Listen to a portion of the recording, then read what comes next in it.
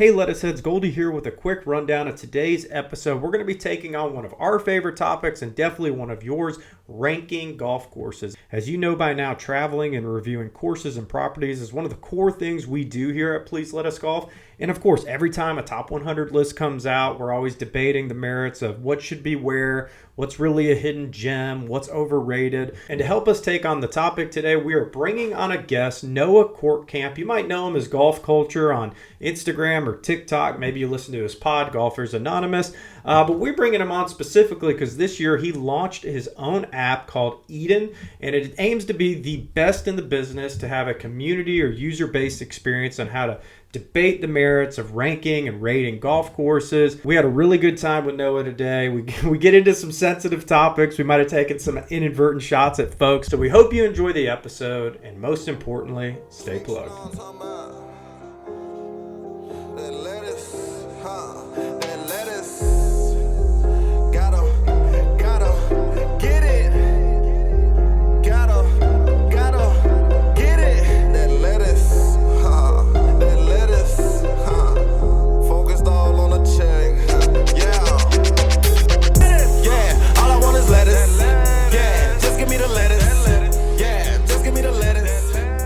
Lettuceheads, we are back with another edition of Please Let Us Golf, the podcast. Today you got Goldie and Mr. Golfberg. How are we doing, Aaron?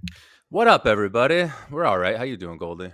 I'm doing okay. I'm not going to go down the whole. I feel like I've had to say a lot of kids' stories recently. I'm going to get defects called on me. We got the broken collarbones today. We got hit with a kid with potential flu or RSV. So something in that ballpark. We're not doing well. So. Not everyone's got kids, but you know what everyone is dealing with this time of year is these short days and these long nights and these cold non-golf days. It's really grinding on my soul, to be honest. So it is, but what's better than hanging out with Please Let Us Golf and maybe talking about a golf topic that'll get you excited for the future, get you out of the present for just a little bit. So, and that's what I'm excited for today's topic and guest. We're kind of doing a twofer. We like golf topics, but we bring on a guest to help talk about it. It's always fun. And look, we love ranking golf courses. About half of what we do is traveling and talking about golf courses, ranking them, debating them. And I do think, there's a reason why every time a top 100 course comes out or a top 100 list comes out, or somebody posts something on social media, their take on a course. I love Erin Hills. Erin Hills is the most overrated golf course. It always elicits a massive amount of emotion and interest. And I think there's specific reasons for that. We're going to get into it. And today's guest probably understands that better than most people out there in the social sphere, putting his money where his mouth is. He's even launched a new app called Eden to address the issue that there really isn't a great user-based or community-based platform to rank and discuss golf courses. A lot of it comes through a Golf Digest approved top 100 rater or something like that. So pay to play. We're learning that, a lot of that going on. And I think he's on a mission to take some of that subjectivity that's natural to ranking and debating golf courses into maybe a large enough user-based sample size to see if we can get maybe Mr. Golfberg. The challenge question is objective rankings even possible, right? Mm-hmm. But then, besides that, before he launched into the app, he launched his own organic social movement through Golf Culture, is at Golf Culture on Instagram and TikTok. And also he's got his own podcast, Golfers Anonymous podcast, where he interviews, quote, golf sickos. You might have some branding competition from some others you might want to talk about on that later in the pod. But, he kind of fits right in. And, I got to mention this. He is the king of the floaty face update He's video. mastered it. We've trademarked that term for him. But if you see a guy with an overlay talking about golf videos on TikTok or Instagram, it's probably a good chance this guy. So without further ado, Lettuceheads, please welcome to the podcast, Mr. Noah Kortkamp. Noah, how we doing? Gentlemen, thank you guys for having me. That was a killer intro, and the music leading in. I don't know if the audience hears that music, but it got me fired up. I need to know before we dive in, I need to know the backstory on the song. You guys probably get that all the time, but where'd you find that song? You know what? There's no better feeling than a guest coming on and the first thing they do is says, can you make it about us for a second? Because that's throw us a compliment. Yeah. So we've probably told this story, but it's good to probably rehash it every few months. You're getting a lot of new guests or a lot of new listeners in. So we literally, when we launched the podcast, we had very, you know, IP safe type of music to intro, nothing that we liked, but we didn't want to get flagged on YouTube and all this kind of stuff. And we had messed around with the idea of like, dude, we need to like come up with our own song or our own beat, something around lettuce. And we were at Sand Valley. It was our first big golf trip as a group. We went on last September, and Mr. Golfberg, he takes an awesome selfie of us at Sedge Valley, and I was like, I'm gonna go post this picture real quick. I go to Instagram, the songs come up. No, there's some lettuce adjacent silly songs. I go over to TikTok, and I was like, I'm gonna post this on TikTok stories, and I click music, and I type in lettuce, and for the first time this song Lettuce comes up from this guy Drix. And I guess the song isn't new, but his song just got added to the TikTok library. And I play it, and Aaron goes like, dude, what the fuck? What are you playing? Like, what is this? This is the great, like, this song was made for what we're doing.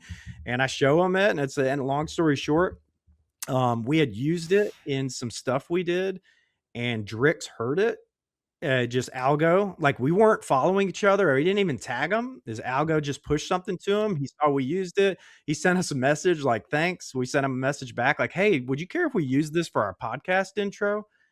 He gave us the thumbs up, and now Drix is like, he's one of the OG lettuce heads where he's out there rocking the bucket hat, and that's literally how it came about. So, Hell yeah, man. Meant to be. yeah, I guess so. I do feel like it was probably meant to be.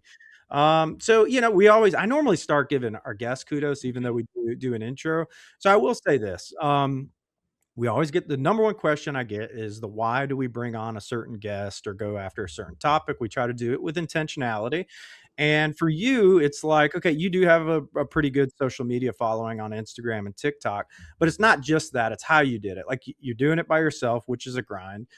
It's 100% organic, which most of what you're getting pushed to, even if it feels organic, really isn't. It's some kind of corporately pushed or corporately bought out personality pushing a bunch of shitty products to you. And like yours is like, you really have settled into a niche of like the floaty face king here of uh, not just golf relevant updates for drama and debates, but all these other things. And now you're taking your hand at taking on the world of golf course rankings. So kudos to you, man. But if you could give us the Spark Notes version of your background with golf and why you got into the golf digital media space. Yeah, happy to. So my relationship with golf is interesting because I didn't really grow up playing. I think the first time I swung a golf club was probably like 8th grade or freshman year of high school, something like that. Played all the sports as a kid, but golf was just never something that came up. And then one day my buddy's dad took us all to the driving range and I was like, okay, I can get the ball in the air. This seems like something I could do. And then, our parents start dropping us off at this golf course down the road where you pay $5 as a junior an hour before sunset. You get as many holes in as you can, and that's kind of where the love affair really began. But I always looked at golf from the lens of like I never got to experience like the Tiger era of golf, right? Let's call it 97 to 2008, right? Like really when he was at his peak. And I've always been like so I don't know if nostalgic is the right word because I never experienced it, but I've always like revered that era of golf. And like, I'm always watching like old, final rounds that Tiger played or Phil, Ernie, whatever it is from that era. I'm like obsessed with like watching golf through that lens. And when I first got into golf, it was like, 2012, 2013, Tiger wins 3 times, then he wins 5 times that year. I was like, oh, wow. Like this could be a really cool sport to follow. So since then I've just kind of been following from the outskirts. And then I guess like maybe 6 years ago is when I became like a much more avid golf fan. And I always thought that like it was interesting that golf never really got, I don't know, followed or like criticized like some other sports do. Like media in the NBA and NFL is like vicious. Like they like Ruthless. attack these guys. And it's really about like the narratives and the way things build throughout the season. And I don't know, I never like saw golf content that was really like that. So I don't know. I'd been in like the social media adjacent world for a few years, talking about just like sports in general. We had a different podcast like in college and stuff like that. Classic story. 3 guys in college start a podcast. But then about 2 years ago, just started firing up the floaty face videos, which I love. That the floaty face. When you told me that a few weeks ago, I was like, I'm obsessed with that term. But yeah, just started kind of ranting about like Zach Johnson and like random things in the golf world, and I guess it's caught on a little bit. So really, just like I call them like random golf thoughts is essentially every type of video I make. There's not a ton of planning that goes into most of these things. Yeah. Have you seen Inglorious Bastards? Do you I know that have one movie? of my favorite movies. Revenge of the Floaty Face at the end. That's what always makes me think of, Yeah, nice, good I, pull. th- That's I think it. that's the inception of that. But it is cool because it gives you license to talk about kind of whatever you want. It's not predicated on being on site somewhere, on having great video content of something. You can kind of just put whatever you want behind you and start talking. And clearly, it's what people want. They Yeah, kind of want to be talked at, explain some things. it's what Clearly, makes you're me jealous too yeah. about I that know part he's of it. jealous. That's the main Of reason the he's got you floaty on face. here. No, it's really because so we try to package a lot of our thoughts for the podcast, which is a different medium. But with how fast things move, it's not new to now. It's like we've debated it on here. It's like, oh man, we're gonna have this topic Sunday night on the pod for something that happened Friday, and it's like, yeah, realistically, if you're not doing a floaty face by Friday night, it's like the the cycle has moved on. And I've dabbled with but you do like the real floaty face. Mine's probably a little too refined, but every time you do it, they really do well. I think to Aaron's point, people do crave like just getting information and a take directly from them. It's like, I don't know if it's an ASMR thing or what it is, but it is an interesting way to communicate because it's one way. You think most people would want two-way, but maybe they feel like it's two-way because they can go into the comments and start debating the merits of something there. Did it seem Yeah, to work well, right away when you experimented with it?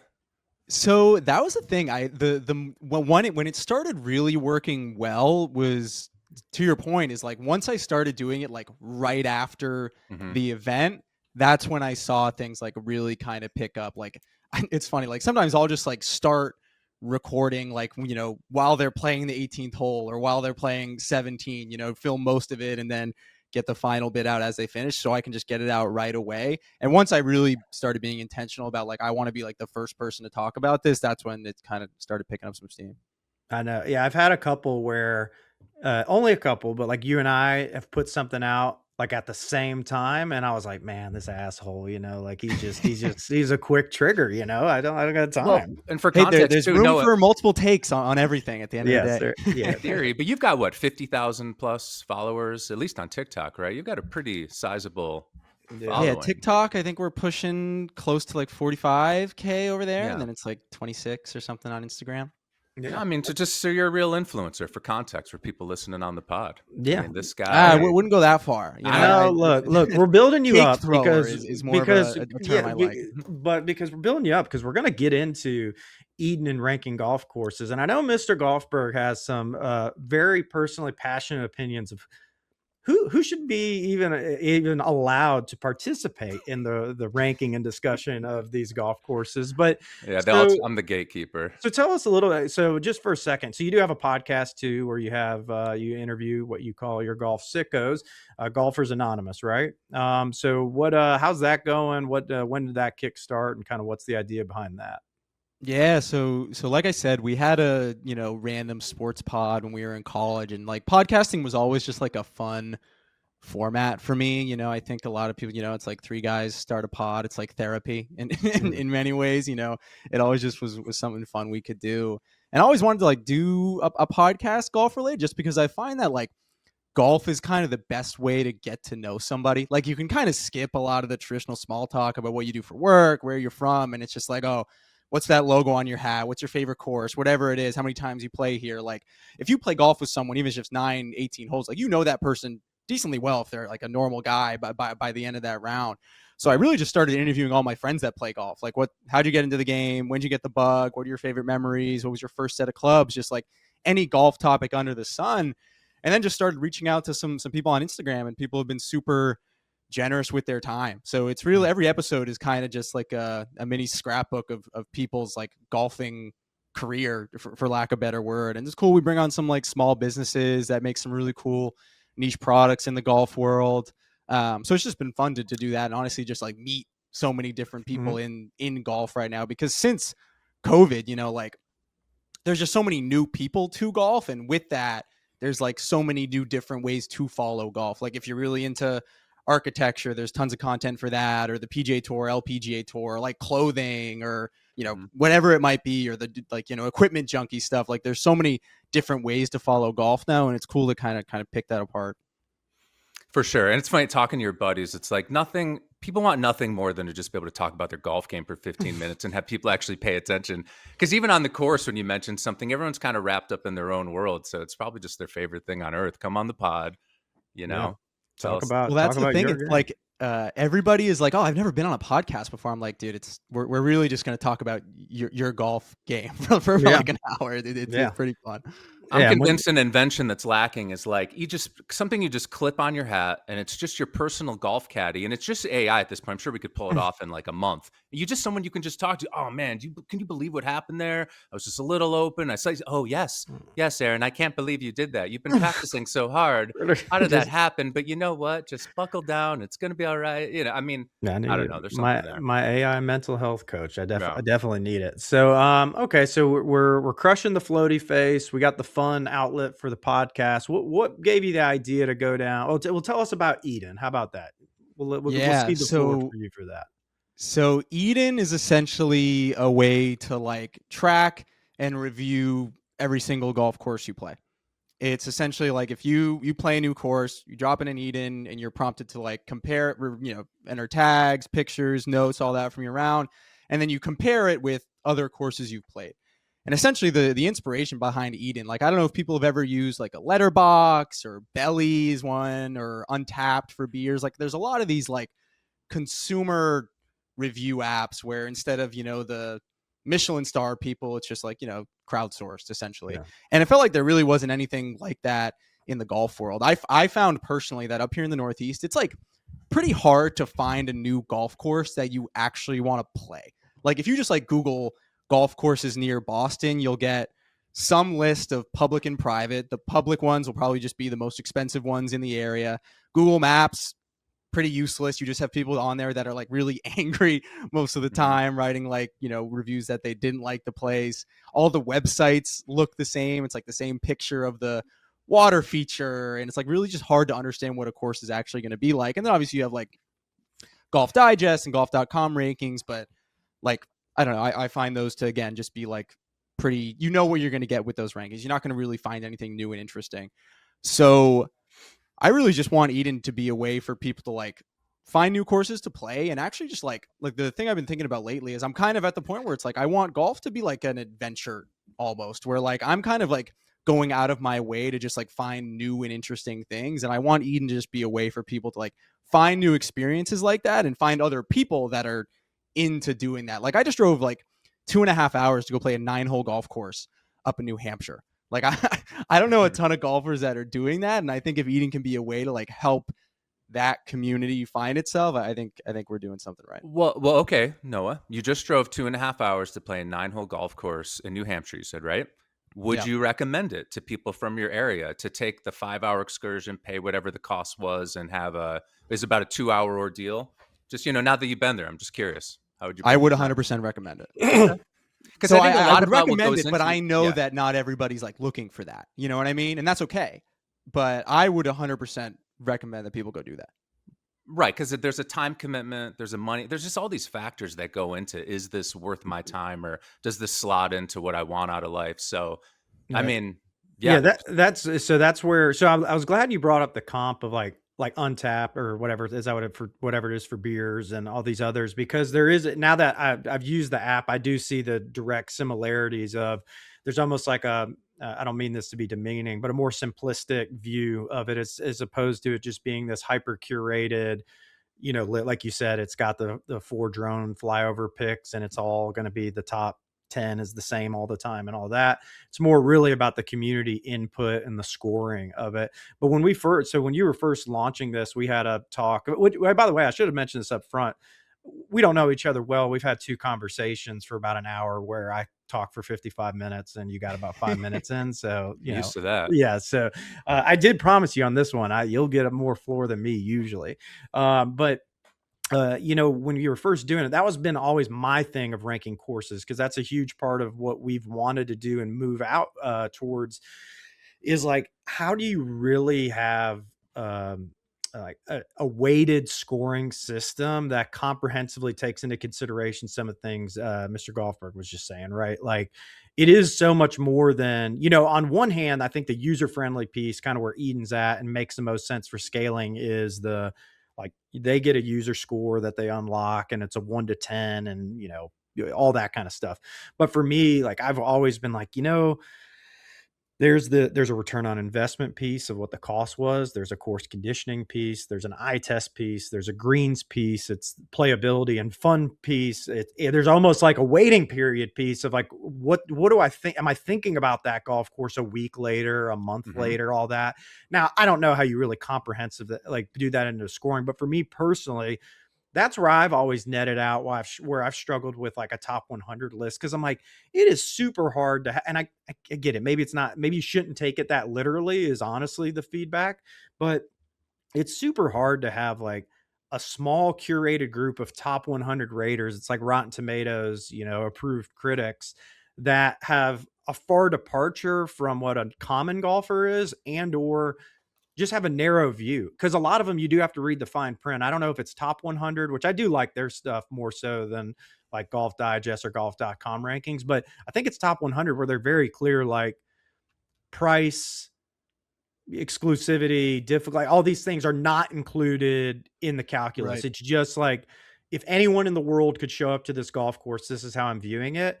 But I don't think that's a real practical way of thinking about it either from our travels. It's borderline irrelevant to like talk about these courses in a vacuum, just because it can't possibly exist. That would only be for not the 1%, like the top sliver of the 1% who just has ultimate access and ultimate money, and they don't have to make life decisions. And what we like, and part of the whole Please Let Us Golf brand, is we're fathers and husbands, and we work for a living, and we have budgets. And it's like, how do you, like, it's December 2025, looking ahead to 2026, trying to get excited, get out of the doldrums of the winter, thinking like, what are we doing this next year? How do you plan it out? What's worth it? Like I said, what fits into the budget? What's easy to get to? We And flew a hell of a long way to get to Erin Hills and paid a ton of money. And it's like, that's an experience. Is that worth it? I don't know. I can drive an hour and go do Chambers Bay. Is that, so there's just all these different things that factor in. It's almost like you need to define on the front end, what do you want out of things? And then it's like, how do I get that? I'm a budget golfer who has free weekends. I don't mind traveling. It's like, set me up. Like, I need my friends to show me like how to take advantage of that. Or I have zero budget. I'm on daddy's trust fund and we got access to the PJ if we need it. It's just like, where am I going? At that point, you're just checking boxes. That's not even fun, to be honest. I Yeah. think it's way more fun to have to like balance things out, make a real plan for yourself, and actually have to make decisions. So, an app like that can really help you kind of get there.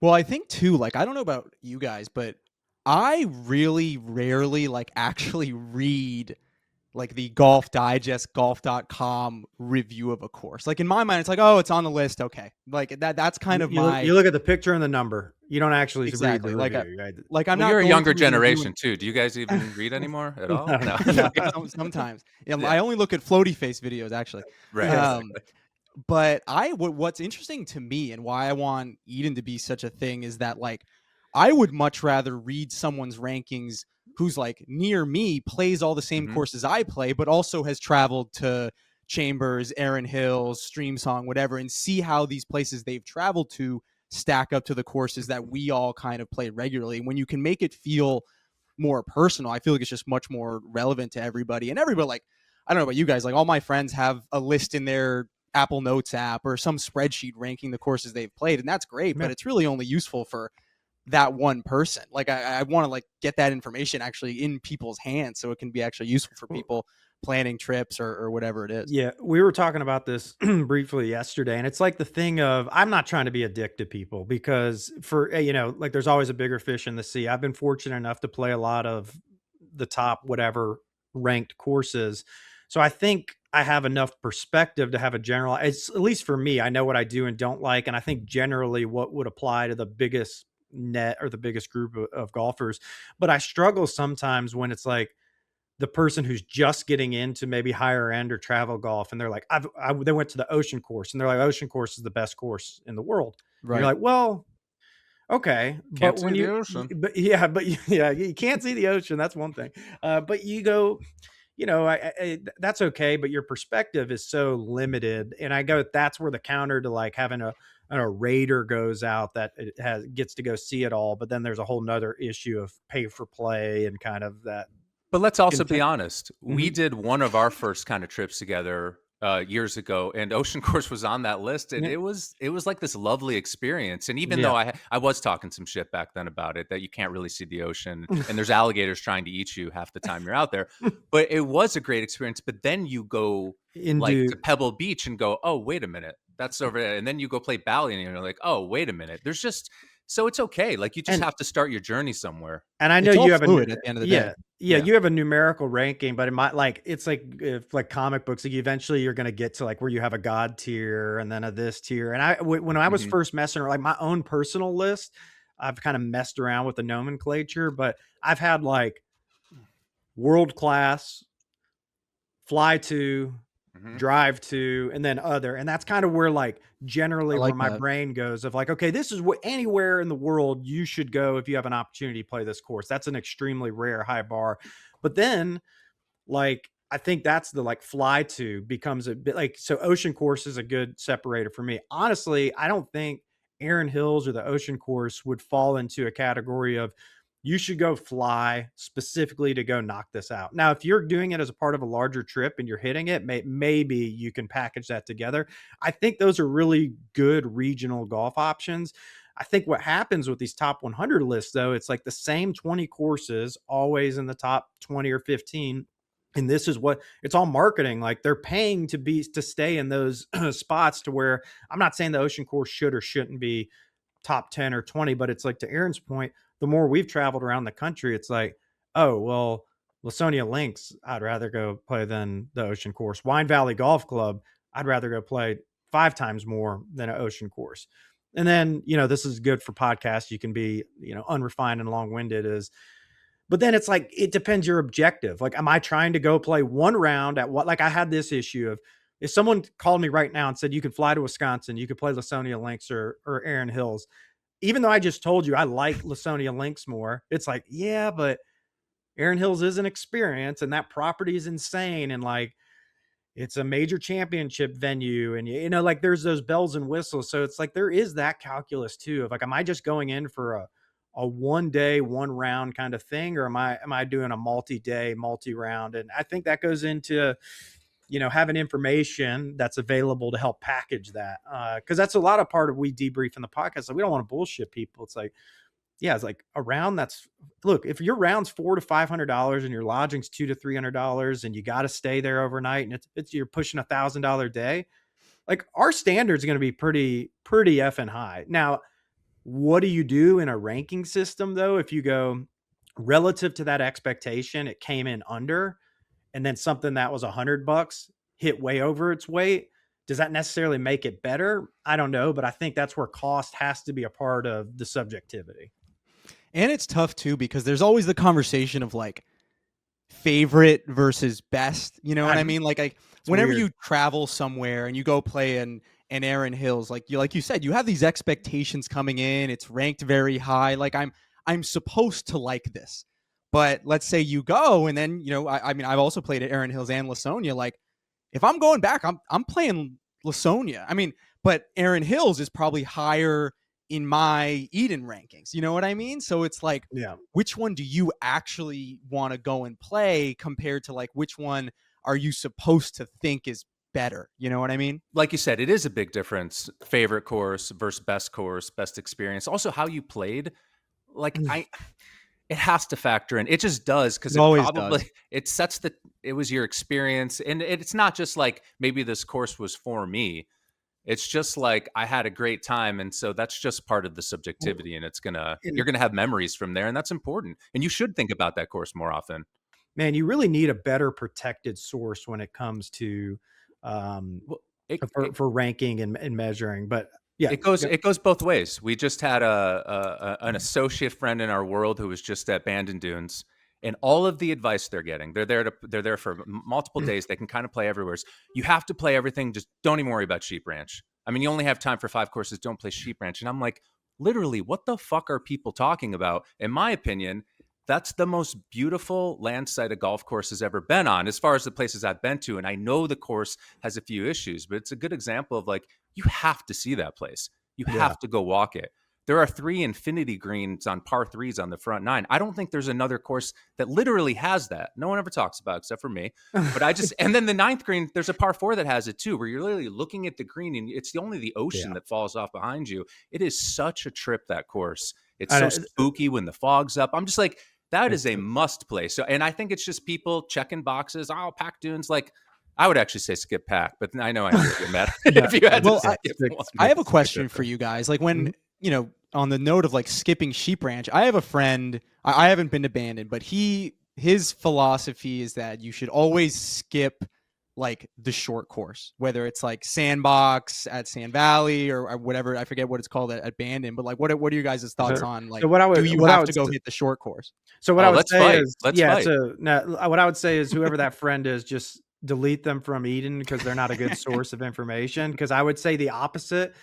We've been Same. to a lot of places with good short courses that every time we do it, we get done and it was the most fun you had on the trip. I think if you're doing, again, if you're going for a day, maybe not. But if you're going to be there for multiple days, just getting a break from the grind. Like, look, maybe some people, I'll get into hipster golf in a minute. Maybe some people legitimately just don't care about like how they play or getting geared up for the round. But look, we do to a degree, like a healthy amount, I'd say. But look, I don't want to just show up at the first tee at a signature course and be like, I slept in. Yeah, let's go to the first tee. It's like, no, I don't want that. But the short course gives you that break to just go hit shots, Mhm. have fun. Everyone's in a better mood. There's no ambiguity about the bet. And oh, by the way, if you go to real short courses, there's some of the most brilliantly designed properties or offerings like in the country. And the balance is what's great, because on a real course, you should care about your score and you should grind a little. You should have fun. You should have the right expectations and perspective, but you should try, because I think that's the that's the point of being on a golf course. The cool thing about the preserve sandbox and these awesome short courses, you kind of get to let go of that a little bit. Just go hit shots, have fun, talk shit, and like the mix of those things. I wouldn't want golf if it was only like that, because it is Right. just kind of playing around. It's not real golf. The pressure's Right. not there. You're not in it, but like it's a great juxtaposition to like, Yeah. the You real show up the, courses. like every once in a while you want to go play a game of 21 or horse, right? Like you just it doesn't always have to be full court 5-on-5. Like you can't replace it, but come on, like there's other opportunities. By the way, no, you didn't make the 2027 Bandon wait list, or did you even apply for it, or Dude, don't get 2028? me started on that shit, man. Can I swear? I can swear on here, right? Please. I No. think I said, what the fuck? Yeah, yeah, I'm pretty sure. Yeah, you're good. You can let it Like rip. I don't know what the answer to that is, but I've honestly accepted the fact that I'm probably never going to Bandon Dunes. I mean, I know you can go and like do the Mhm. Oh yeah, Airbnb thing you say nearby. it. There's ways to finesse it, Let your but like comment section fill up with everyone telling you, but Noah, if you go in December with 1 day's notice by yourself and you're willing to just sit outside, like it's like that's not how you plan a trip. But and most of those in Golfburg, I know you're on the West Coast, so it's probably much easier for you to get there from. Well, you're in Yeah, Seattle-ish area, right? exactly. Yeah. So it's probably like no big deal if you just scoot down to Bandon for a few days. But I'm coming from Boston. Like I want this to be a proper trip. You know what I mean? And like Yeah.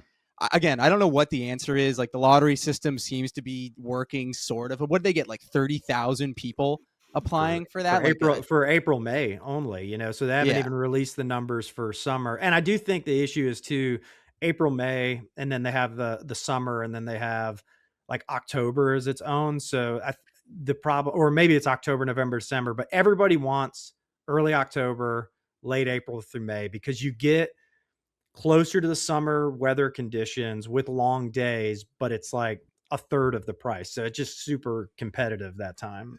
Do they let you sign up? I honestly don't even sign up anymore because I don't know when I'm gonna like.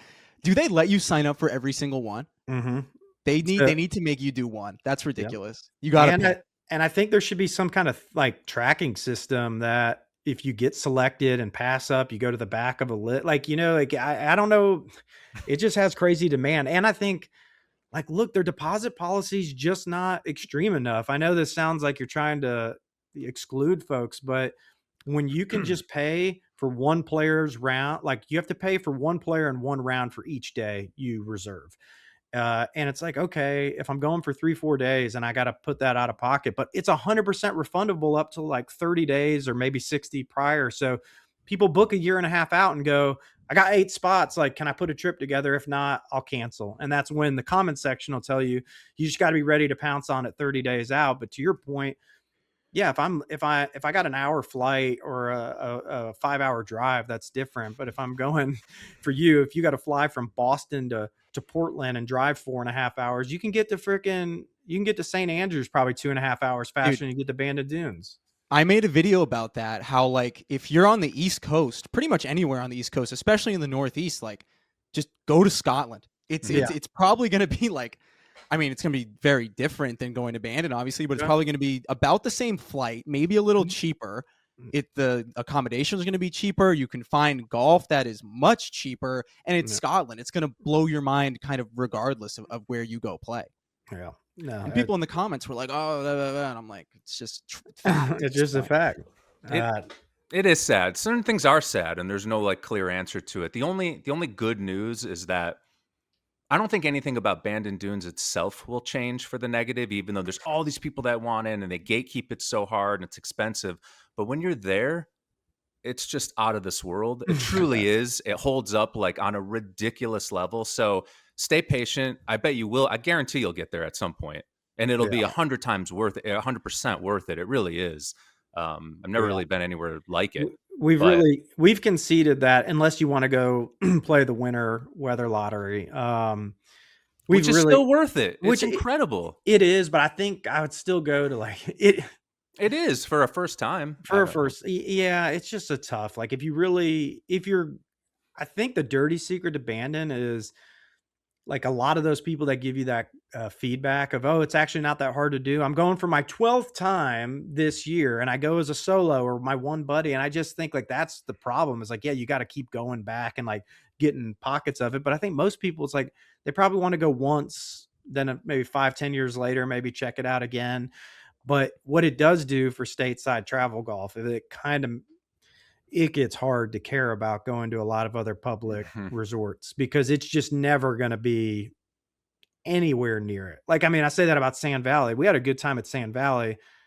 It is not anywhere near the league for me of what Bandon offers. And I mean, so it just is what it is. I went on that rant too of like Bandon is national and international demand. All those other places are regional demand and regional plus, but you got people from all over the world trying to go there, and that's not going to stop anytime soon. So yeah, that's all good. Oh, sorry. No, Yeah, we'll just shed a couple tears and move on to the next topic. yeah. Well, I mean, I keep going back to the whole like I'm very passionate when it comes to rankings, and I wanted to save this maybe for a full episode of like, look, no, we didn't get into it. What are you as a golfer? I feel like I've seen you post stuff. What are you like an 8 handicap or something? What are you? I don't want to dox you. What do you Yeah, float around? I was an 8, but recently ballooned up to about an 11.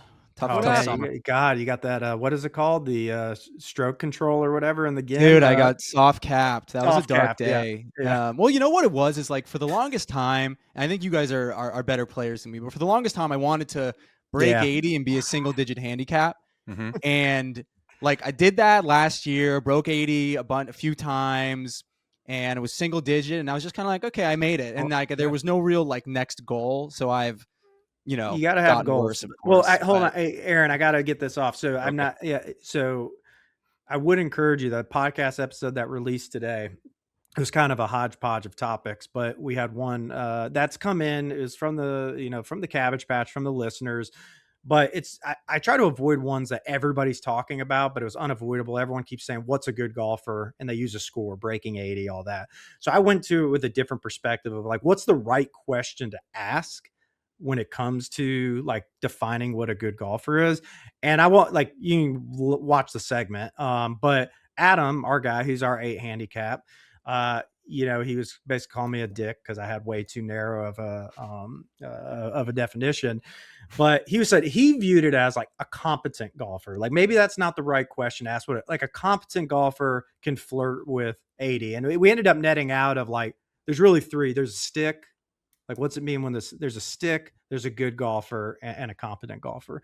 Oh. So it sounds like you're flirting with a competent golf group. We don't have to be assholes about it. That's good, but we do encourage you to set some goals. You don't How'd have you to. balloon from 8 to 11 though? What happened? Yeah, man. Do we need to get Yip on you, man?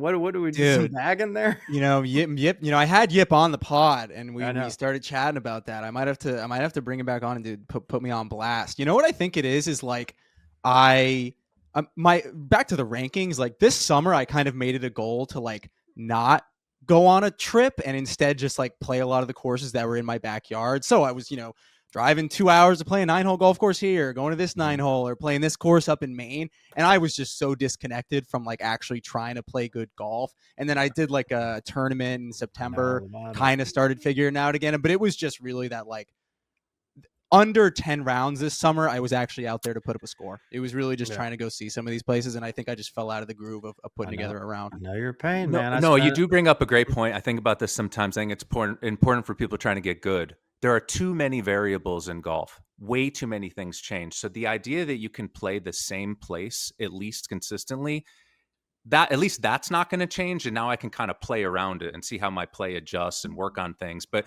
yeah, when you're on a different course and the swing feels a little different and you're hitting shots that feel good, but the lines look different, you're right. Things can go Yeah. the wrong way There- quickly. there's a Um, lot of competent golfers that masquerade as good golfers because they play they play the same the same course. course, and there's like five gimmick shots, and I've hit them 1,000 times a month for the That's true last too. 2 decades. But yeah, when you get out there, it really does test your game when you get out. And look, I know everyone's going to say Cry Me a River. Our first year doing Please Let Us Golf, I played some of the worst golf of my life, and I truly think it's because I had no ability to focus or prepare on the golf. It was like, we didn't capture that shot, or we didn't do that, or what is this, or logistics. And now this year we've kind of eased into like know what we're doing a little more. And I can tell like I've been a lot more freed up when we've played golf. So I understand the pain of you're trying to do it for growing Eden or getting this other context versus like it's different from that. Like just, hey, I'm jealous of the guys that can just show up and they're like, yeah, I got my game. This is what it is. That's just not me. I need to hit Well, 10 balls. I need to feel compression. I'm a feel based guy. that's the thing. I was never like, even when I was playing really good golf, like I'm a really Really, bad really, eight co- handicap. really, really competent golf. Okay. I'm going to be Yeah, very yeah, critical. like I don't hit the ball very far, keep the ball in front of me, and I just have a really good short game. So it's not pretty when I'm out there. And then if that 15-yard cut I play off the tee becomes a 25-yard cut Mhm. slice, like things playing Yeah. out of the trees a bit more, it just starts getting a little Yeah. scrappy around the edges, and it goes south quick. Look, we know that, again, Adam's not on here to defend himself, but he get off the rails quick. Those eight handicappers, they're tough because it's a tough bet because if they're just playing average golf for the day, giving them four shots aside or whatever it is gets really difficult. But also they can go off the rails real, real quick. We had to cut Adam from coverage from this recent shoot we just did. I was a few holes in Oh, and I said, it's very hard. He's a lifelong best friend.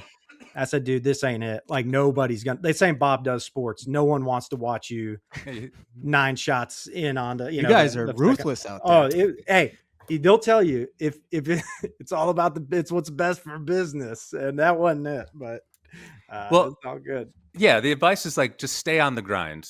Anyone in the golf space just needs to stay on that grind and keep grinding and trying to get better because I think it informs everything. It's got you looking at the courses and the practice stuff and like practice aids that might be worth and people talking to that we're talking to. As long as you're trying to get better, it's like that's like the common Well, thing that like golfer, grounds you us can give golfers. Noah some wisdom though here too, because think he's coming from a tough weather scene in the Northeast for the That's true. winter, and while you don't have all of the prodigious snow always in the Pacific Northwest, you have tough winters, and you've kind of had that that decision point the last couple of years. Hey, if we're going to have trips in like March, you want to be able to be, maybe you're not at your summer peak, but you want to have a chance to be playing good golf. And this last year, and now going into this year, you're committing to getting out there and figuring out how to keep the game sharp. So that's another thing. I think the facade of taking 3, 4, 5 months off because you're not in the southeast or the southwest. It's tough to get that game back geared up and where you want it to be without doing some maintenance. But breaks are good too, so it's a catch 22. You'll Well, move that's out the of that tough snow thing about eventually. the spring trip. I made a video about this. Is like when is the best time to actually go on a golf trip? Because I have some buddies who are like, oh, why don't we like go somewhere warm, in a month or whatever it is. And it's like, I'm not really playing a lot of golf. Like, Mhm. like I don't know if it's like spend all this money, go on a trip. You Yeah. don't really feel good about your game. It's a tough decision. My pro tip, and this was covered on today's pod that released, was you really probably just got to figure out a way for forcing yourself to book like a winter golf trip to just not allow yourself to totally mail it in for 2 or 3 months because it's hard to be motivated. I get it. Like I'm fortunate to where I get good enough weather for those months for pockets of time, but the courses are in really bad shape, but it still just baits you to get out. If you get a 65-degree day for 10 days straight in January, you're going to go take advantage of it. Um, but I've noticed like this year, I don't have anything yet firm, but the last 2 years, I had a December and a February golf trip. And that kept me like I couldn't just completely take 6, 8 weeks off of not doing anything because I wanted to be prepared for it. But I also live a very sick lifestyle. So that's what it's all about. Yeah, you'll probably just have to move out of that snow soon, Noah. Yeah, that's what it comes That's what down I'm to. thinking. Yeah, I Yeah. probably that's what I'm because thinking. honestly, I was in Michigan for a while. You literally have to you freeze and then you have to thaw yourself out in April. It's way different in the PNW. I mean, The it's like 50 Midwest is degrees tough. today. Yeah. Yeah. We're golfing all December, January. I mean, and it's not the best golf, but you're still out there. So, Yeah, you got yeah. to. Yeah. Yeah. So I mean, yeah, I don't. I could keep going round and round on this one take I have too. Of I want to close the loop back on Eden and ranking golf courses. This is one thing I would say to you. This is not a. If someone thinks this is a shot at them, they need to look in the mirror because it's not about you. But I do think I'm in this weird spot as a golfer of I'm not a new convert, but I recognize some of the issues that I think the hipster golf movement was behind with, like fried egg stuff. And like, you should understand a little more about architecture and why this matters. And like your obsession with Myrtle Beach and super green is not really the answer all the time. And like, yeah, greens don't have to be a 13 to be good. But that pendulum has now really shifted to where now I find myself defending the other side more of like, there's this the movement towards with rating with like the hipsters that like, oh, it's brown, so it's going to be good because it's firm and fast, and like, oh, the conditions suck, so it's natural, or like, oh, they didn't move anything on this golf course, so it's good. And it's like that universal truth isn't it either. Now don't get me wrong, I understand when I go to a golf course and it's a little browned out and it's intended to play that way, I'm excited, I'm foaming at the mouth.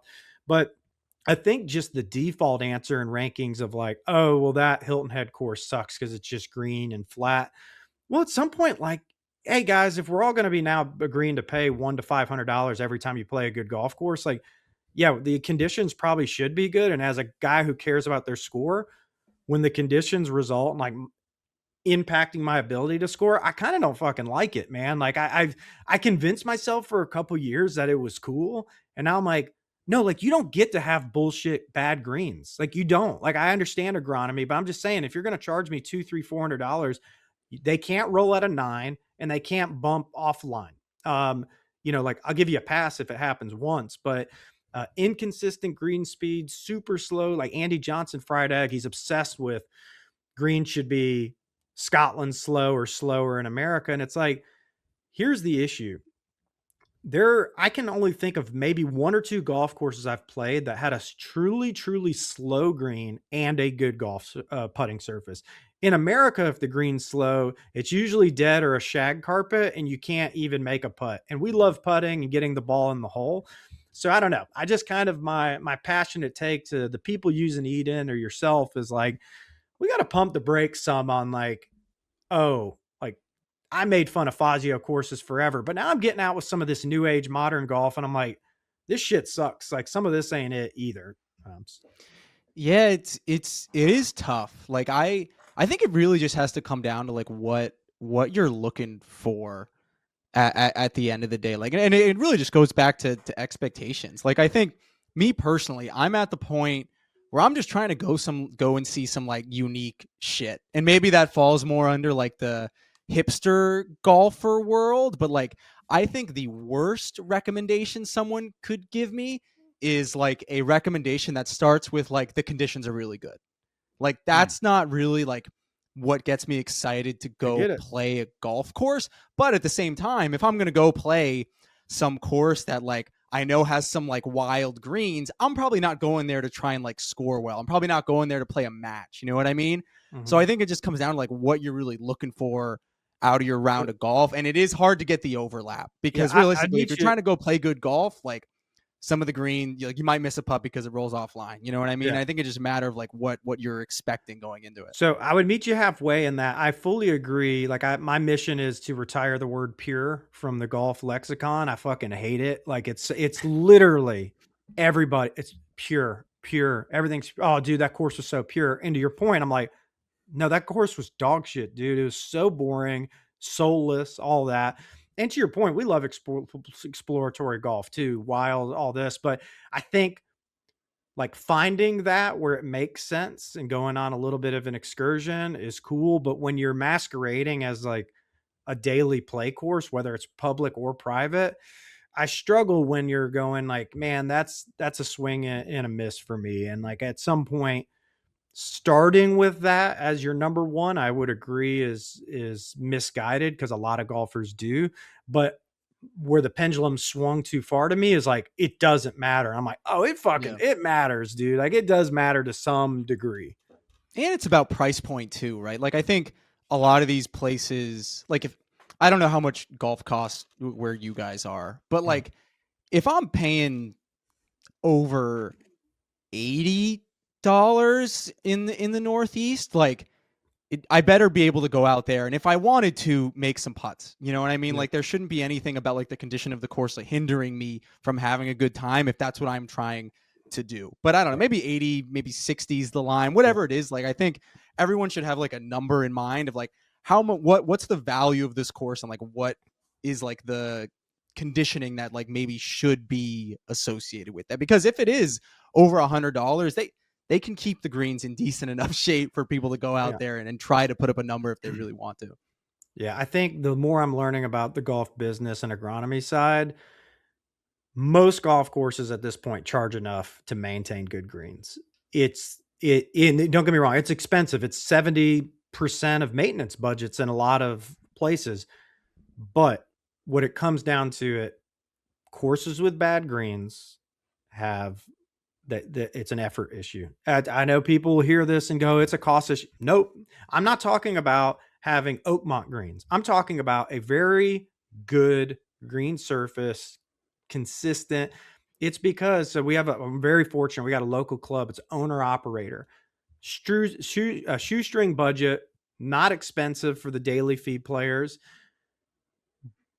but they're the best. They're some of the best public greens you'll ever play on. And I guarantee you his budget is nothing compared to 99% of courses we're talking about. But you know what? He fucking does it himself and he does it every single day. Here's a 365-day script. And the problem is in golf, when you talk to good owner operators, they go, if I have a superintendent that's willing to enforce that, I'm not going to be able to keep them. And so they like if somebody's not willing to do that as an owner operator, paying somebody to get it, they're like, well, they're going to be picked up by a top 100 club, and that just leaves everybody else fending in the middle. So Right. And I know you guys did Wisconsin. I don't know if you stopped at Eagle Springs, which is like the signature, hidden gem yeah, we over in didn't, but I'm Wisconsin. familiar. Yeah. But like I feel like that's a good example of a place that is like pretty funky. They have that wild volcano green, but the greens are also in perfect shape over there. Like that's a good example of a course that like can do both of the things. Yeah. Like I don't care about tee to green. Yeah, it's aesthetically pretty. That's what it was like they reverse Aaron Hills. When people see we'd had some great definitely pictures, but some video out at Aaron Hills and the property tee to green was in the top 3 or 4 that I've played in terms of immaculate conditions. But it was kind of a non-starter that the greens had issues. Like I would much rather the inverse of that of like, look, I'll roll the ball in the fairway. Okay. Like, I don't care if the fairway is jacked up. I can find a piece of grass or, Yep. something, but on the green, it's like, that's just where as a golfer, I've just netted out. Like that's kind of my non-negotiable. They don't got to be great, but they need to be good. Does the hipster golf community even putt? I, That's kind of our joke that's sometimes. No, we're like, do these guys even well, putt? well, And like Noah, you people might find pushing. yourself in that too. Yeah, like that's the movement. We've kind of seeded this conversation to people that have convinced everyone like keeping a scorecard is lame. And again, I was in that camp too to a degree that we should play a lot less golf for carding a score. I do it too. But the whole idea that like that doesn't matter, like it kind of fucking matters, man. Like it does a little. Like that's it doesn't have to for every person, but I'm going to measure this golf course usually through that's going to come as some part of the calculus for me. Putting's literally half of the game. So if not, you mentioned maintenance budgets. If at least half of their maintenance budget isn't dedicated to the green, there's something way off. Yeah. So and maybe you said it needs to be higher, but it's crazy and it's fun to get really into putting and try to hole out and stuff and not be a total maniac about it if you got 1-footers, but like it's a whole different aspect of the game when 4-footers need to go in. Oh yeah. I mean, that changes everything. 100%. So, and it's fun. So you want to at least have the right to roll a 4-footer that's not just going to go poop, poop, poop, and then Yeah. just give me a honestly what Aaron just said, that's one of the main driving factors of how, even though we mathematically solved gimmies last year with the law of the gimme, I would say as potentially a addendum to the law that's been universal. It's yeah, like my desire to putt 3.5-footers, a lot of it has to do with, it sounds petty and I sound like a bitch. I don't care. Like, yeah, I should make this 95% of the time. But if when you go to those greens and you're like everything inside of 5 feet is a nightmare, it sucks, man. Like, I don't know. And it kind of ruins the enjoyment of holing out. And then we're making lofty concessions. And it's like, did that feel good either? Yeah, that 5-footer was good, but you're kind of doing it because I don't want that. Also, people are trying to have fun. It's like, if you care about your score, I don't want you to have a nightmare day and have to be bitching about it. But I could hear people listening to this and be like, that's golf. And I'm like, it's 2025, man. The golf you're talking about, you have no fucking clue what it was. And it was 100 years ago. That doesn't exist today. So there's some new version of it. Well, you do bring up like a really interesting point, and like the the comment about like do hipster golfers putt is hilarious to me. Because it's like golf is in such an interesting spot where you have like such wildly different like golfers out there. You know what I mean? Like you have the COVID golfers who are probably somewhere in the middle of like, maybe keeping a score, maybe being really competitive. Maybe they're just out there like getting hammered, goofing around out there. Then you have like true, like you guys said, hipster golf, where it's like all about the architecture, all about just being outside and like enjoying yourself, not really keeping score. And then you have people that are still out there trying to compete. And I think the funniest thing is when you like get a foursome of people where you have like different people from all of those buckets, and watching them interact is like hilarious, because you'll have a hippie golfer like scoop one from like 7 feet, and then like the stick who's like trying to put up a number is like doing like aim point and stuff like that. It can be quite a scene sometimes. Yeah. And then the discourse on the internet is even worse. People get vicious about like what rules you should be playing by. Yeah, and everyone just does it based on like. Well, and you brought up aim point, which I'm not that into aim point, but it's fine. But I truly believe, like people talk about flow states lately. There is no place I'd rather be than in a match that kind of matters, where everyone's respecting that we're trying to make putts. Sure, if there's a 2-footer, we're going to knock away. That's not the point. But where you have like the time to stalk the green. And I mean, I'm walking around the whole thing. I'm looking at every angle, and everyone's patient enough, and we're not being pressed. And like we have the time to let that happen and live or die on putting. Golf is so fun when that's happening. I truly believe it. It's a huge part of the game. And it's such a unique aspect of the game. It's the only part of the game where you're truly using the ground. You have to have vision. You have to have creativity. I mean, I agree with everything Aaron said there, except for one critical part.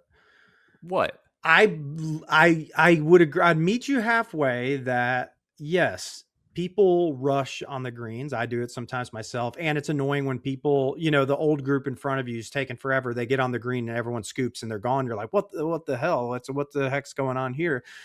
But I don't think this, I think I think you've overcomplicated putting, that you think stalking it 360 degrees is giving you some matrix perspective to help you make that putt. I really think you know what that putt's going to do 99% of the time. And all that is like, you're almost going to convince yourself it's doing something else. And you just got to go and trust it and try, speed it up a little bit. Bring it back down to earth, Noah. What I'm just trying to say is we need more green selection tags in the Eden app. There should be like 50 different things related to a green so we can really Yeah. break those fuckers down. Well, speaking of that, and I know, like, basically, I know Eden right now, for maybe those that have tried it, looking to try it, like right now, there's kind of just like one way to review courses, right? It's like, did you like it? Didn't like it? It was fine, whatever. You go through the tags. We have like, and maybe I'm signing myself up for a lot of work, but I want this thing to be like essentially customizable for like whatever your personal ranking system is. Like, you should be able to do that in Eden. Like, if you have like the tiers you were talking about, Goldie, with like you'd fly to it or all that stuff, like you should be able to customize and like tweak it to fit how you see things, and making it all uniform makes sense for like, creating this average score and things like that. It's obviously easier development wise, but I want it to feel like it's actually a ranking that like you use, and it's not just like fitting our system. You know what I mean? Like, you should be able to do custom tags. Like, if you freaking love putting and you want to do like 20 different tags about how these different greens are, you should be able to do that. You know what I mean? Well, yeah, I think it goes into like that whole idea of weighting categorically, right? Of like, if the user can take tags to provide like a baseline of how they rate golf courses. So I'm greens heavy, I'm condition heavy, I'm whatever price heavy. And then it's like, it doesn't have to like, then like that goes into there, how they rated that course. But then it's kind of like, if I'm a user and I go, oh, Golfberg, he's rated 150 courses in the Pacific Northwest, I can click and see his rankings. But then there's like a quick little like power meter of, almost like a I don't know, I'm like acting like a kid. Like, you go to like a superhero flashcard and it says like strength, durability, this. It's like, these are the categories and how he weighted it to get to this composite. And I think that, I get a long-term vision, but that is when it becomes like super iconic of, this is Golfberg's rating. He's a PNW guy. He knows his stuff, but you might go in there and be like, oh, but he really cares about like one thing that I don't, where you might find someone else on the list that's like my architecture junkie guy. And so, yeah, I think it's the endless opportunities of how you get. He really cares about being able to get a good tuna sandwich at the turn. He's been very adamant. In a box that won't just break open when you're on the course and it immediately spills. You joke about that, but I've had people email me being like, hey, Noah, like, when I go to a course, I rate like the hot dog at every single place, and I want to be able to do that in Eden. And I'm like, and they're like, serious. It's fun. They should have the space to do it. Yeah, I don't know. I think that those ones I would say, yeah, we'll put that. That's on the vision board. Yeah. As a developer, you will have to be doing that a lot. Absolutely, Yeah. We're slating that for Q3. It's on the roadmap. Yeah, on the roadmap. But a question for you guys, like, back to the question about like, what's a competent golfer? Like, what is a competent golf course reviewer? Like, is there like a threshold of places you need to have gone to play? Like, how many golf courses have you guys played in your life? Yeah, mine's not. I think I'm at like 125. So I don't know if that sounds like a lot. Probably like 126. Yeah. Okay. I have a running list, so I don't think it's an insane number. Because the first 80% of my life was like the same 6 golf courses on repeat.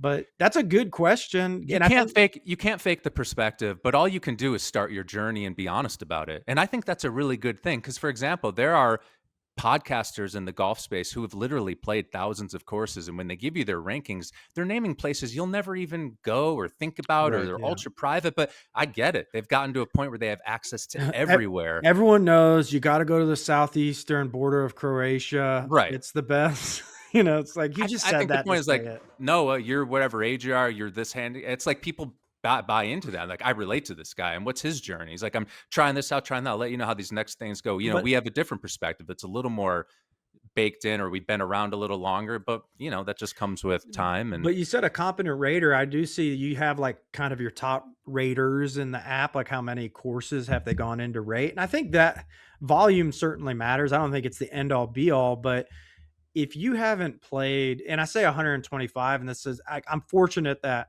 half of those are courses that people would consider like travel adjacent, like a multi-hour car ride or a flight they'd probably be, going for. And so that's where I feel confident to say I have a pretty decent perspective corner to corner of the USA of what's available at different prices and different styles of golf. But I also know, to Aaron's point, there's somebody that could say, well, I got 250 or 500. But I don't know what the number is, but it's also dangerous.